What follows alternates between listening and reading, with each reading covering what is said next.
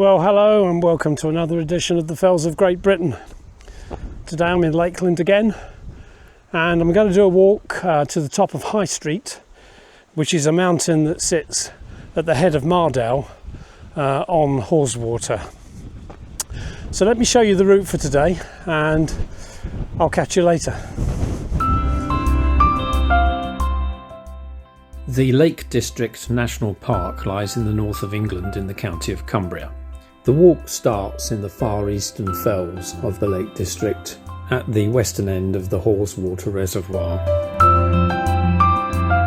We start our walk at Mardale Head car park, heading initially down to Mardale Beck and crossing the footbridge.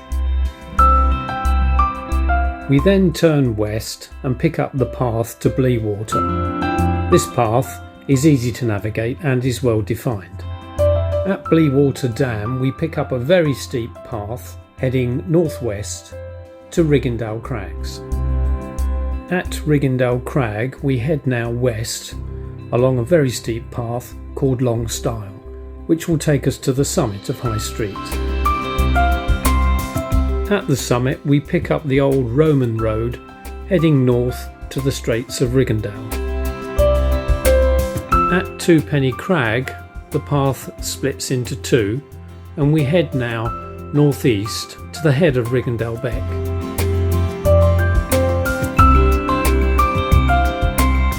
We continue now on this path heading due east to Kidsty Pike, our second summit of the day. From here we gain fabulous views in all directions, but particularly to the south over Riggindale and on to Riggindale Crag and High Street in the west.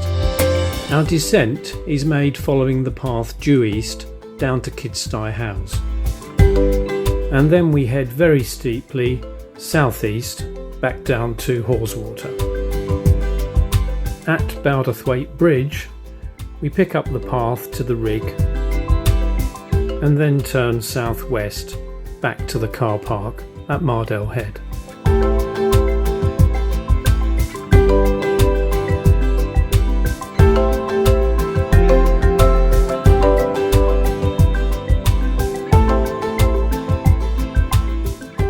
The walk covers around 6.5 miles and would take anywhere between 3 and 5 hours to complete, depending on the number of stops one takes along the way.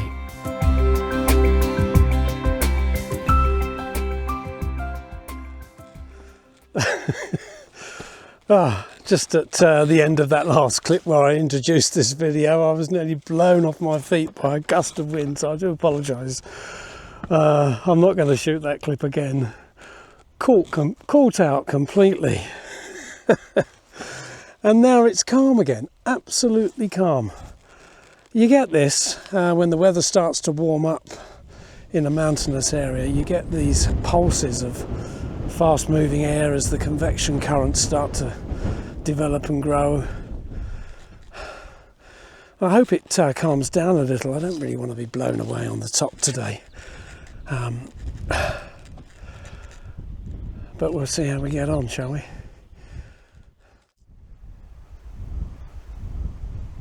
Up ahead there in that cleft is Small Water, interestingly named tarn. And coming up to the left here we've got Harterfell. There is another Harterfell in Lakeland, over near Eskdale, at the end of Hardknot Pass. There are several mountains in the Lake District which exist as more than one example, Harterfell being one of them, Red Pike being another. Looking ahead there we can see Mardale Hillbell and High Street. Our objective for the day is hidden to the right. We're on this path now on our way up to Blea Tarn.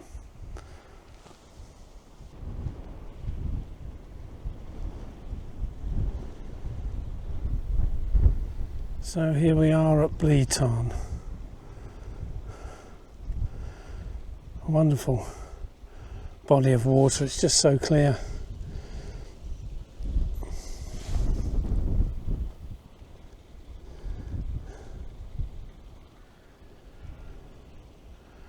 Wind has picked up a bit, this wasn't forecast.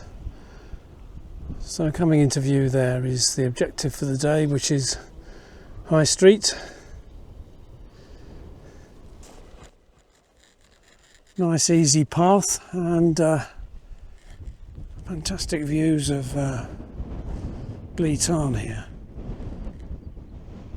with the backdrop of Mardale Bell.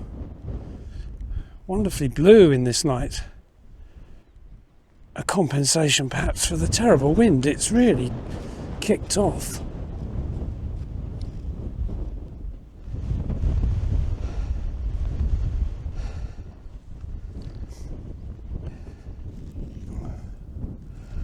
Fine view of Blea Tarn down there, and the path that I've just followed to get to where I am now, which is at the foot of Riggindale Crag.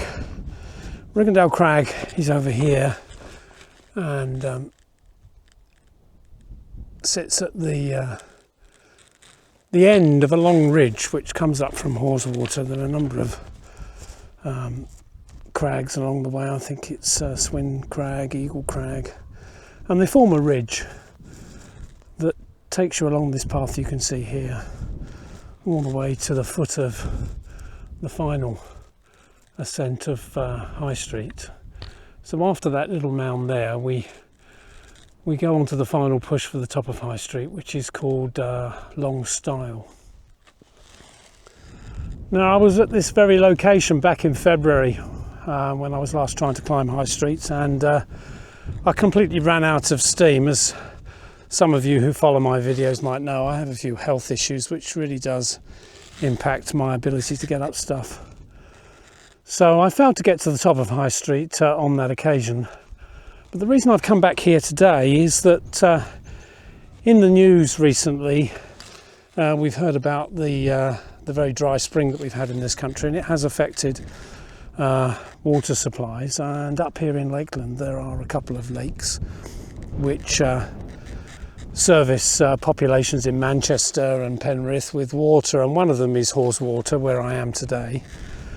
And Haweswater is uncharacteristically very low at the moment, and the water level has fallen below the level of Mardale Green village, which was evacuated when the dam was constructed in the 1930s to make way. The dam was constructed to extend the lake and form what we now call Haweswater Reservoir. And the settlement of Mardale Green was lost, and the people were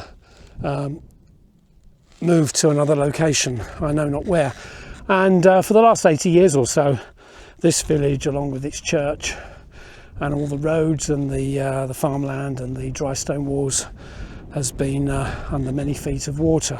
But occasionally the water recedes when we get a drought. The best example of that was back in 1976, when Mardale Green was fully exposed again. But right now, when I took a look last night, when I drove up last night, I had a wander down to the shore side, and sure enough you can see an awful lot of the village that used to be there. So I took some video and flew the drone, and I'll include that in the video I'm making today.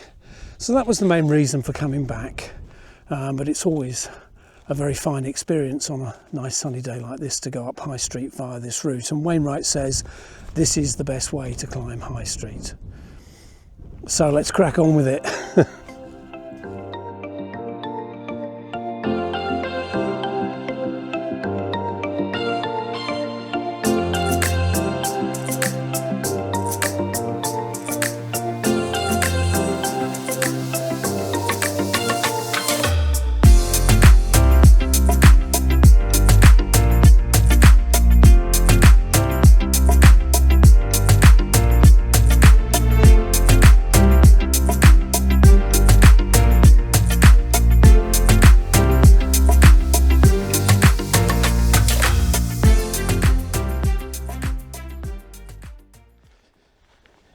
In the years between the last century's two world wars, between 1918 and 1939, the United Kingdom realised that its growing population and industrial output required a good deal more water than was currently available, and so it set about building a number of reservoirs. Some of them were built in the Pennines, in the Peak District, and others in what we now call the Lake District of the UK. And one of the famous reservoirs that was constructed was Haweswater, which is where I am now. Haweswater always used to exist as a small lake in the valley of Mardale, and then the decision was taken to build a dam across the valley and significantly enlarge the lake to form a reservoir. And right now I'm stood in part of the reservoir that would normally be full of water, but we're in a period of drought at the moment, and the water has peeled away from the shore to expose some fascinating sights. And if I pan around now, I'm hoping you can see. I'll show you some better shots in a moment. In fact, I think what I'll do is detach this camera in a moment from the selfie stick and see if I can get some decent shots. So what you can see in front of you now is the bed of the reservoir, which is a dried out, cracked, almost lunar looking landscape. And you can see these remnants of what used to be the dry stone walls. This part of Haweswater was, I think, farmland, and so what we can see here is not really any evidence of settlement other than evidence of paddocks where farm animals were kept.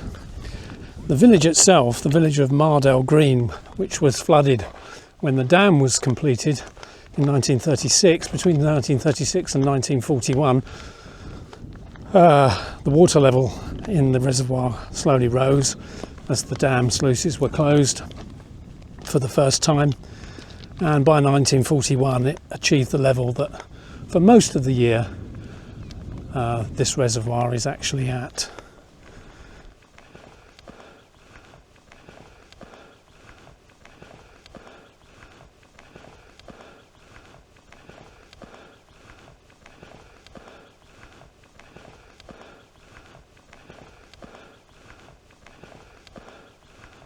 You can see there's a small stream here just running along the base of the bed, and some more dry stone walls over there. This is most extraordinary. I don't think it's been like this probably for very many years. The last occasion when we had a mass uncovering of the flooded settlement of Mardale was in 1976, in the drought of 76. And since then we've had periodic exposures, but nothing quite like this. Well, certainly not in the 10 years or so that I've been walking on the fells. This is quite extraordinary.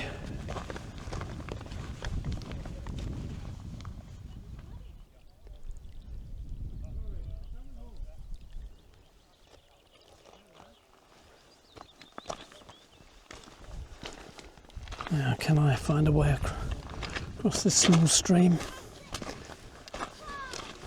It looks like I can cross down there.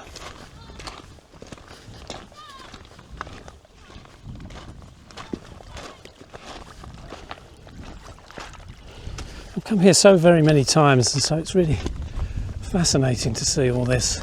Never seen this in the past. Now here we can see a dry stone wall which has been submerged for the best part of a century, and it's still here. If ever there were testament to the strength and quality of their construction, it is something like this, is it not? Amazing.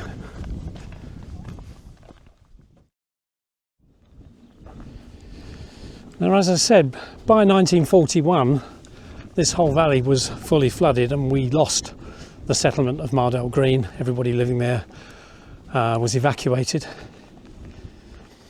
And there's some interesting history associated with that event, and indeed with Mardale Green itself. It's a settlement that had existed for many centuries, and for most of that time it didn't have any consecrated ground. So people who died in Mardale had to be wrapped in cloth and taken by pony over a mountain which I'll show you in a second. And the path that was taken became known as the Old Corpse Road. And the bodies were taken over the fell to Shap Abbey, where ceremonies were held and they were buried. And then in the early 1800s, I think it was around 1832, Mardale got its first church and was for the first time able to bury its own dead in consecrated ground. But of course, when Mardale was evacuated and the valley was flooded, this church and its graveyard was going to be completely inundated. And so the authorities decided, out of respect to the dead, to exhume the remains of those who had been buried in the graveyard and move them, guess where? To Shap. A wonderful irony that everybody who was buried in Mardale eventually ended up where their ancestors had always been taken, in Shap, over the Old Corpse Road.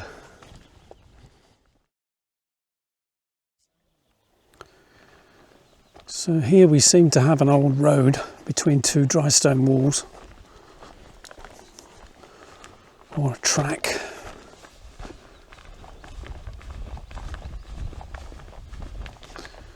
The sun's beginning to set now, producing wonderful shadows. Smells a bit fishy, a bit like the sea actually, a bit salty. And you can see the ground is cracked and dry.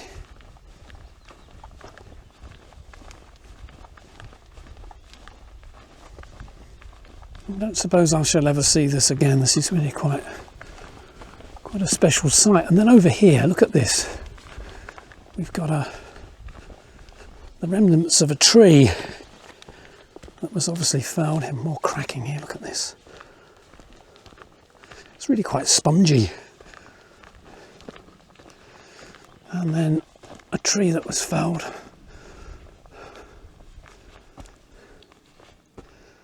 These wonderful walls. It's all rubble now. It's all covered in years of sediment.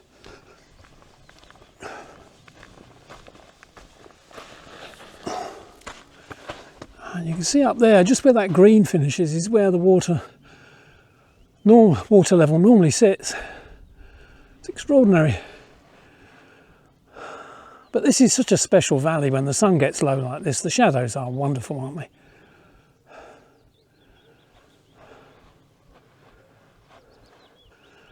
And then over there in that little ravine, that's where the Old Corpse Road goes.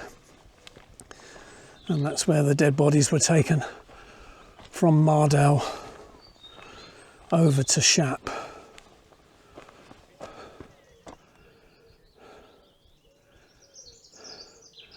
It's wonderfully tranquil, birds twittering. It's sad and poignant to think that this was once a thriving settlement and has long since been destroyed by our society's need for water. Although I did read recently that the need for water from this reservoir was never truly realised, and that many have felt since its construction that it wasn't really necessary. But here's the thing, if the water isn't needed, why during this brief period of drought has it dropped so low? It's clearly going somewhere and being used somewhere.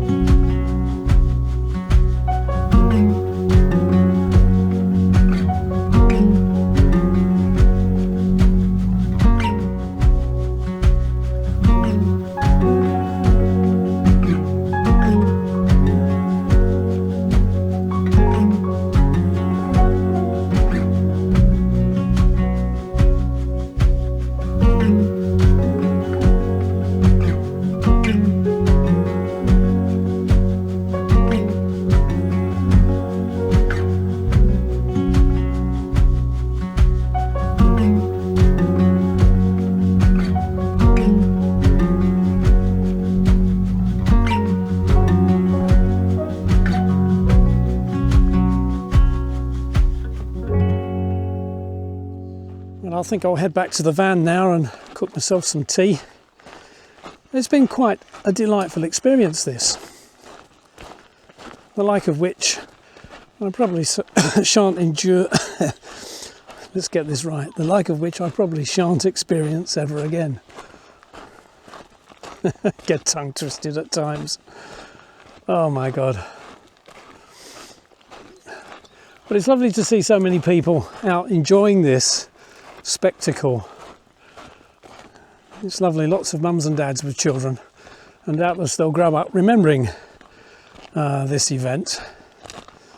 It doesn't happen very often.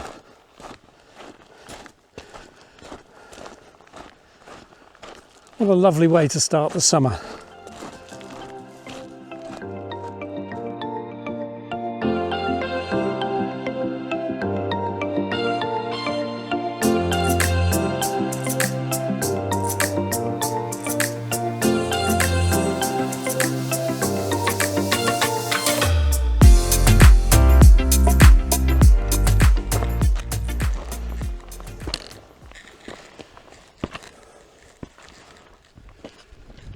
So as we get to the top of Riggindale Crag, we've got these lovely views opening up back down towards Haweswater.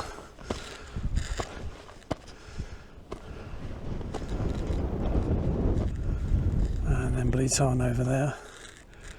So I've just got this little bit to do, and I think that's the top.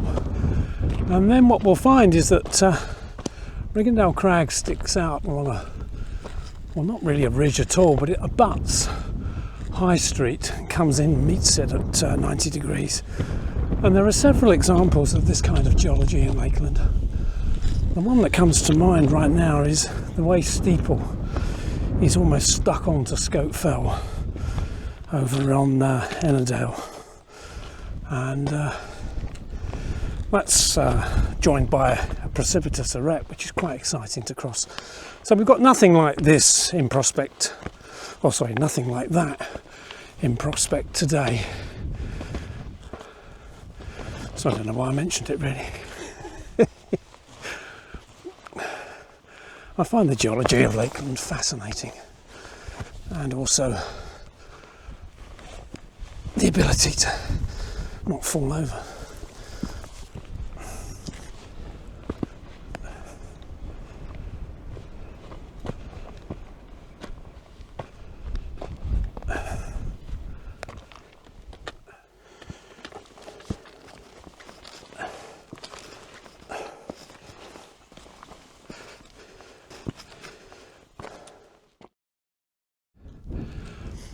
Now over there is Kidsty Pike, or Kidsty Pike.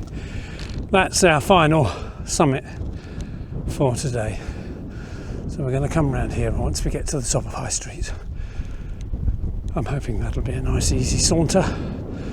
Have some lunch perhaps on Kidsty, and then find our way back down to Haweswater. And you can see the water level is much, much lower. That little island there in view is normally, the water level is normally right up to the trees, but right now it's tens of feet below it.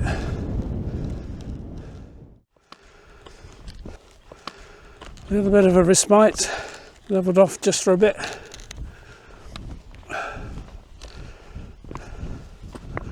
Very craggy. I'm very surprised that there's nobody about. The car park was almost full when I set off this morning. I was the only one in it last night, apart from one car, I think, whose occupants had done a wild camp overnight on the fells. But there are many routes you can take from the car park. But this one is one of the better known, so I'm very surprised there's nobody on this fell at all. But you know what? That's how I like it. Right, well, the end is within sight. You just see the path at the top there moving from right to left. And now I think we're there.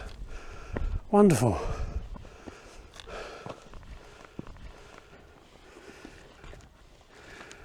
Ah, well, this is hilarious. It's been a stiff climb, a bit of a scramble in places, and yet when you get to here, they give you a path. Oh dear. Very welcome, but bizarre.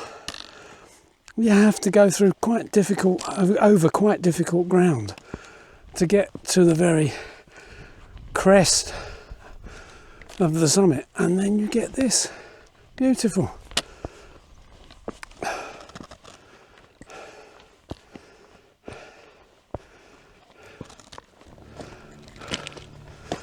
I think this is it. This is probably just the cairn that marks the presence of this path back down. But I think we're summiting now. Yes, here we go. A somewhat featureless summit, but one with a great history, which I shared with viewers in my video made in February. So I shan't repeat that here now. We're not quite on the main path that runs along the top of High Street. That's a little way further up here.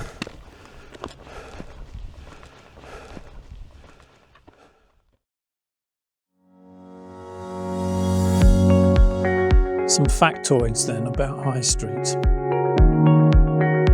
High Street is probably the flattest, grassiest ridge running north-south in the Lake District.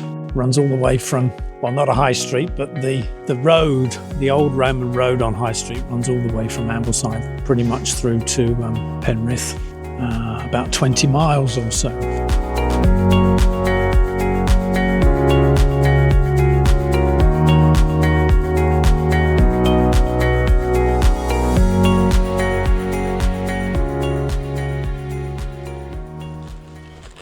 I'd forgotten about this dry stone wall which runs all the way along the top of High Street, and just sighted the cairn, or rather, sorry, the trig point.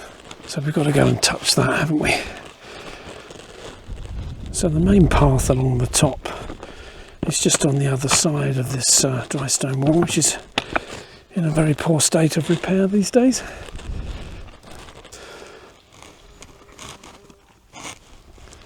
So that's where we're heading next, down to Kidsty Pike. A couple of lovely sheepdogs here. And then over here we have these fabulous views. Just about everything in view here. So in the far distance over there you can see Blencathra. And then just next to it to the left is Skidder, and then moving round here. The thing that is most prominent to the eye is Helvellyn and Striding Edge there, and then just to the right of Striding Edge you can see Swivel Edge and Kidsty Cam, where I was last week. And then as we move along that ridge there to the left we can see Nethermost Pike, Dollywagon Pike, and then there's a little bit of a cleft where Grisdale Tarn is located, and then as we come up to the left of that we've got Fairfield, and then just to the left of Fairfield you can see that volcanic plug looking object. That's the top of Great Gable, would you believe, and then further round to the left we've got the Scorefell Range, and then we can see Bowfell, Esk Pike. And then over here we've got the Coniston Range. What else can we say? Oh, there's St Sunday Crag there. Absolutely splendid. A little bit hazy. And over there, the fell that's visible from the A66 as you head in from Penrith to Keswick, you can see Little Mel Fell. That's in view now. It's behind Great Mel Fell, so the two are lined up.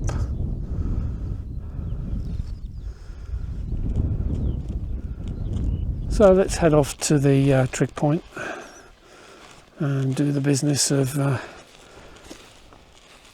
touching it. It's a bit like the way dogs pee on things, isn't it, really? Fell walkers have to touch base when they get to the top. Yeah, there's a certain catharsis, I suppose, because it's a struggle to summit these things. It's satisfying, and especially to people of my age, what a pleasure it is to still be able to get to the tops of things on beautiful days like this.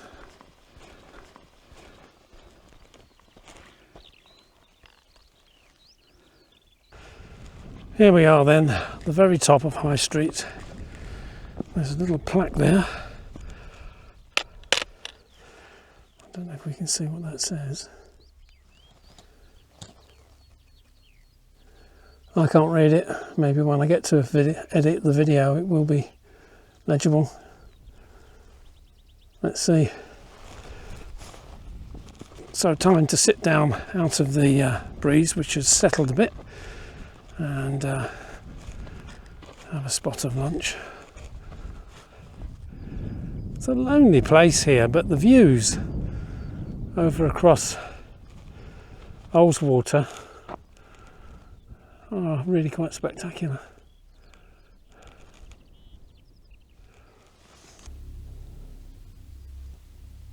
Well, this is a rather better vantage point.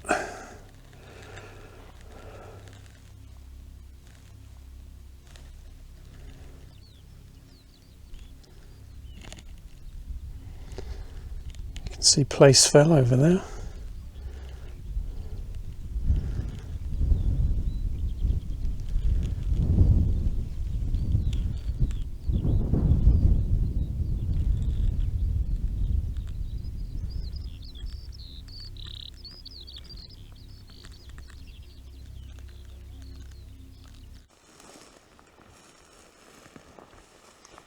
Lovely cotton grass.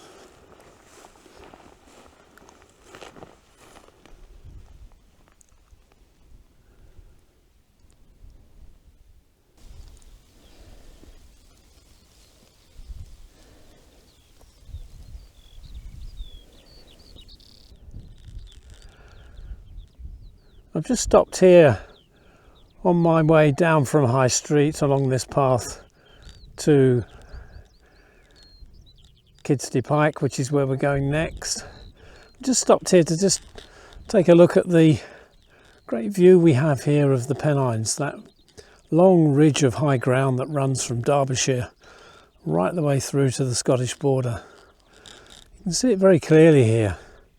Continuous high ground separating the east from the west of the country for over 200 miles.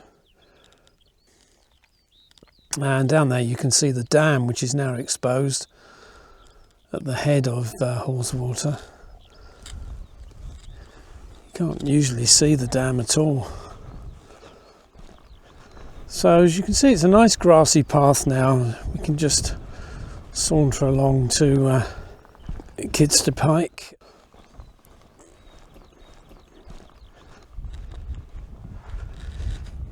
I hadn't reckoned on losing quite so much height in order to get round to Kidsty Pike, but there you go. Always sheep here on the top of High Street. Whenever I've been up here there have always been sheep. So when we reach this point we just bear right through the wall and pick up the path that shoots along here, this small ridge to the top of Kidsty Pike.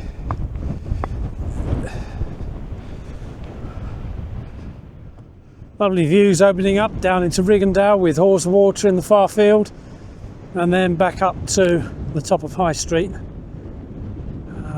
where I've just been. Glorious, absolutely glorious.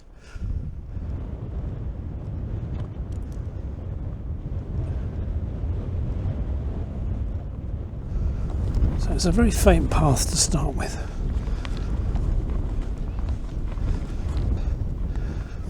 And now we rejoin the main path that takes us to Kidsty.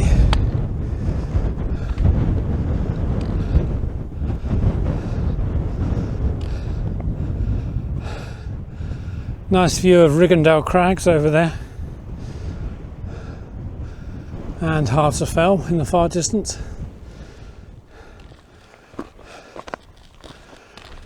So we're on the open path now.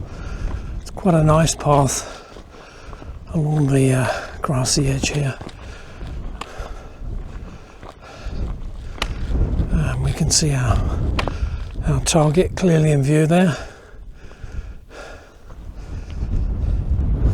Now as we walk along here, you can see that the vista opens up and we can see all the way across to the Pennines, and somewhere out there is the M6 running north from Kendal to Penrith. And the reason I'm mentioning this is that when you're heading north on the M6 and when you look west into the fells, it's Kidsty Pike which first comes into view. It's the one that you can pick out because of the shape of the summit. It really does have a spiky summit that is very craggy on one side, as we'll see when we get there. In fact, you can probably see it now.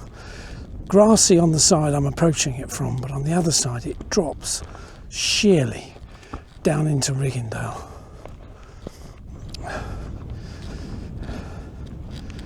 It is the beacon that notifies this whole part of Lakeland to the traveller.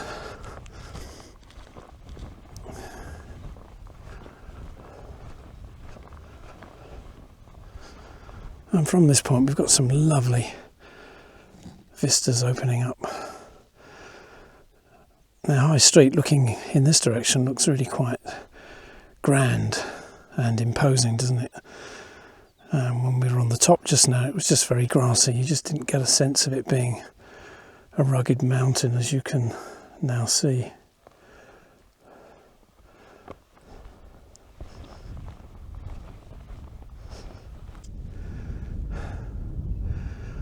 Well, this is turning out to be a splendid fell walk, isn't it? It's one of the great things about Lakeland. You get such variation in terrain over such short distances. Here it's just verdant, undulatory pasture land. Beautiful in its own way. And yet, just by turning the camera around to the other direction, we get this stark, rugged, forbidding landscape. It's astonishing, the difference, isn't it? So we're almost at the summit now to Kidsty Pike. Let's have a look.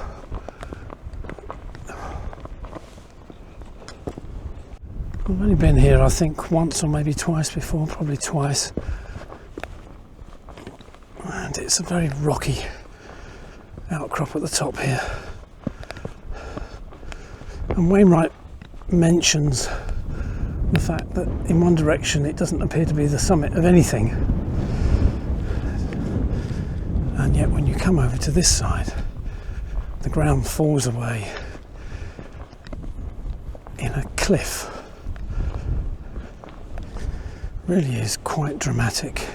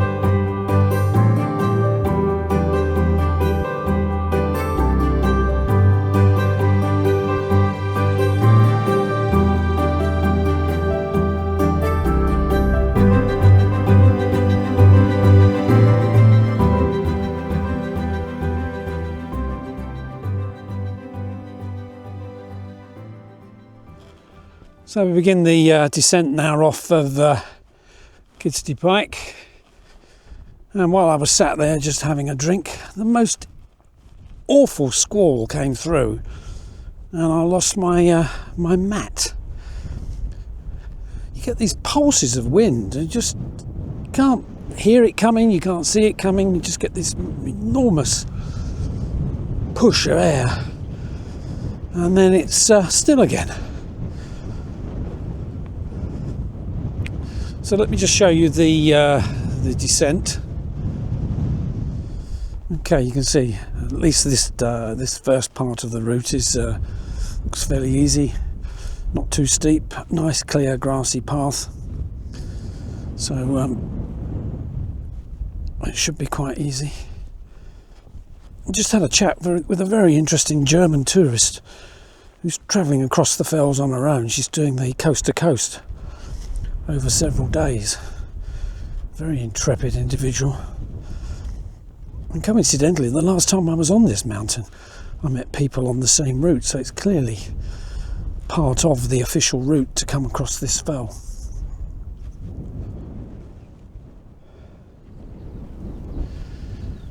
Oh, that's a lovely scene down there, isn't it? I don't know what those crags on the left are called, but they're on the pathway down. Well, I just thought I'd stop here because this is a lovely vantage point. You can see Haweswater here. You can see the remnants of the road being uncovered by the receding water. Beautiful. And the sun is really putting in a showing now. So there's Riggindale Crags over there, and looking back to High Street. And the skylarks are busy. We think that this is their usual song, but actually skylarks only make this noise when they're disturbed, so it's the walker who causes them to sing.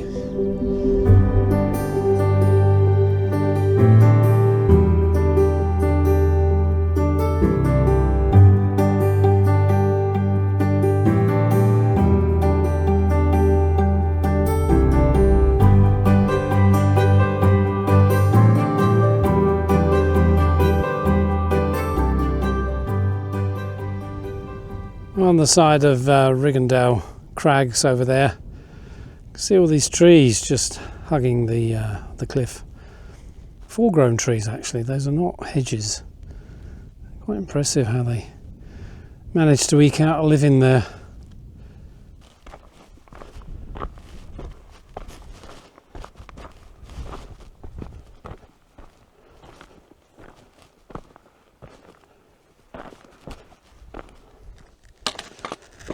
Oh dear, it's a bit tricky through here.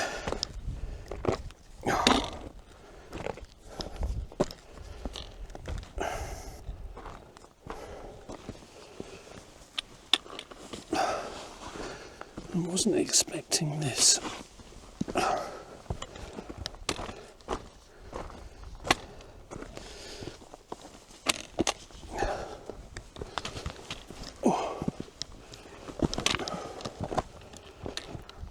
Glad I got the stick this time. Unlike when I was on Bowderthwaite and Bluebells a few weeks ago.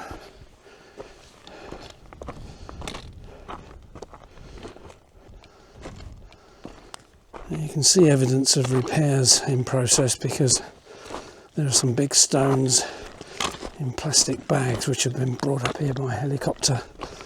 So at some point they're going to improve this. Not before time.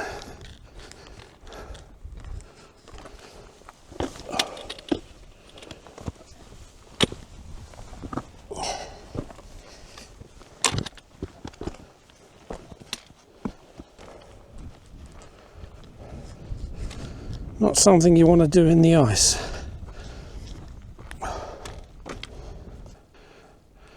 So there we are. A notice telling us what's what and inviting us to help them fix this. I'm too old to be doing this now, but it's a laudable thing to be doing as an act of charity to try and get this path sorted out because it's treacherous at the moment. Well done to those who are helping. So I think we're done now on that really difficult part, and the rest is just, as they say, plain sailing.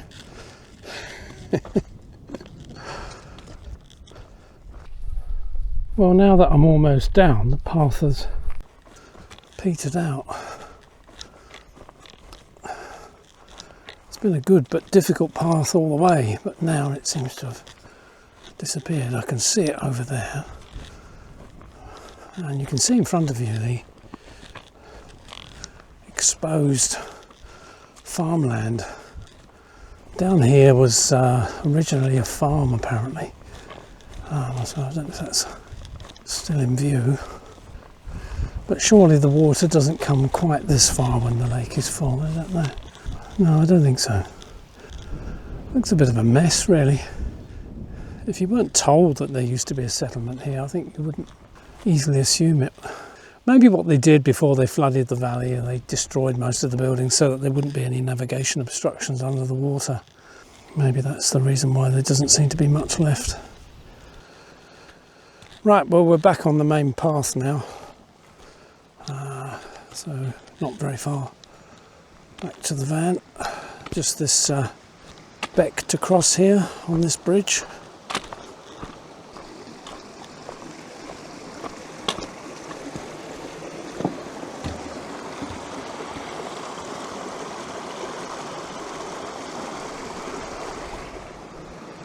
Not much water going into the reservoir. It's going to take a while to fill.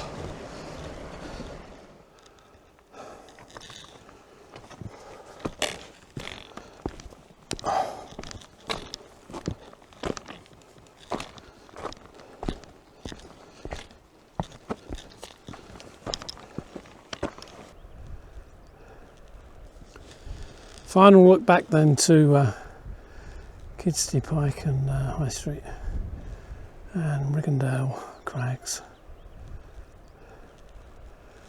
Splendid walk. And over to a never emptying Haweswater.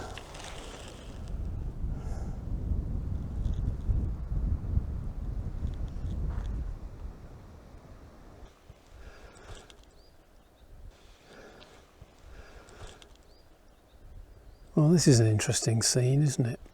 Here we've got bluebells in full flower, competing now against the emerging bracken, which has just started to come out in the last week or so. It wasn't in evidence in my last walk, which was only 10 days ago. It's the most rapacious of plants. It grows at a furious rate, and of course these bluebells now have got to finish their business of flowering, being pollinated and setting seed before they lose all light as a result of this bracken. Bracken, which is now growing up. Always confuse bracken with gorse, which is a bit foolish given that they're a very different plant. Nature in competition. The struggle for life is everywhere.